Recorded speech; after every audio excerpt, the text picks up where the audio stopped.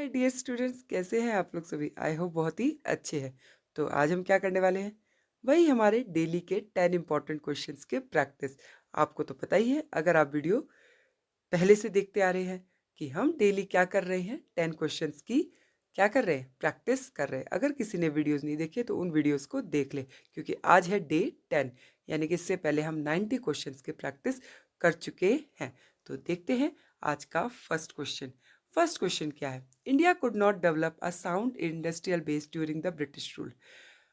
Britishers follow the restrictive trade policy which strengthen the Indian handicraft industry.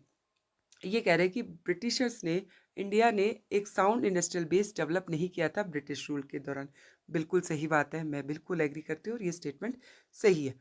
Britishers follow the restrictive trade policy which strengthen the Indian handicraft.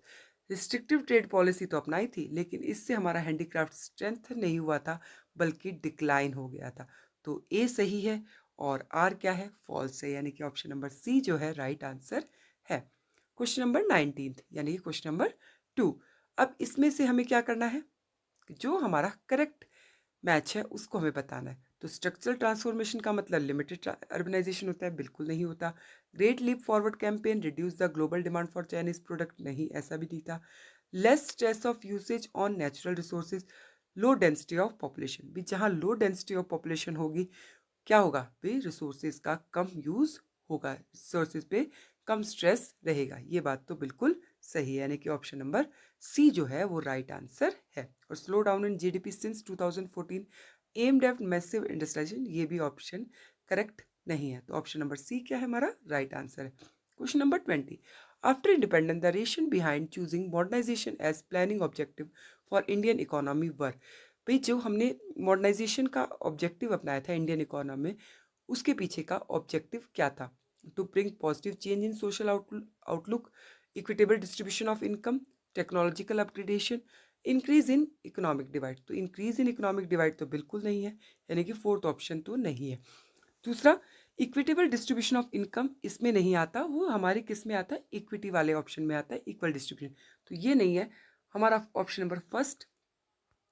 हमारा जो option number first है वो सही है, और option number third, यानी कि first and third is right answer, कि लोगों के अंदर पॉजिटिव चेंज लाना और टेक्नोलॉजिकल क्या करना? अपग्रेडेशन करना।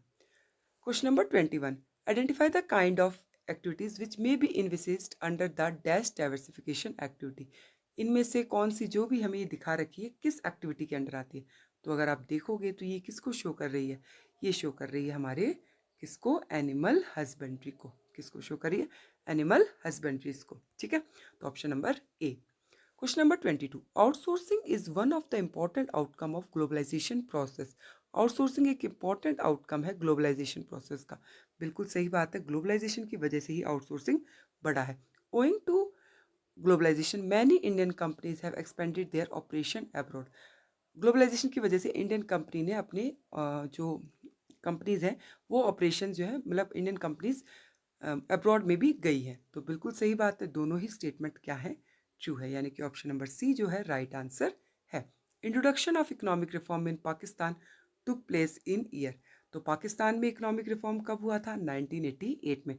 जब हम पढ़ रहे हैं तो जरा चाइना का भी बता देते हैं। चाइना का कब हुआ था? 1978 में। तीनों की डेट याद करो। इंडिया का तो आपको याद ही होगा, कब था? 1991 में। Question number 24।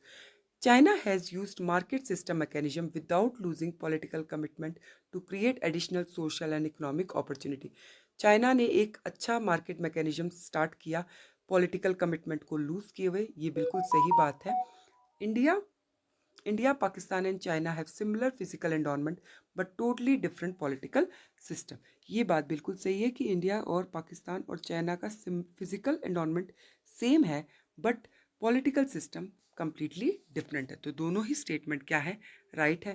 जब दोनों ही स्टेटमेंट राइट है तो ऑप्शन नंबर सी क्या है? हमारा राइट है। Question number 25।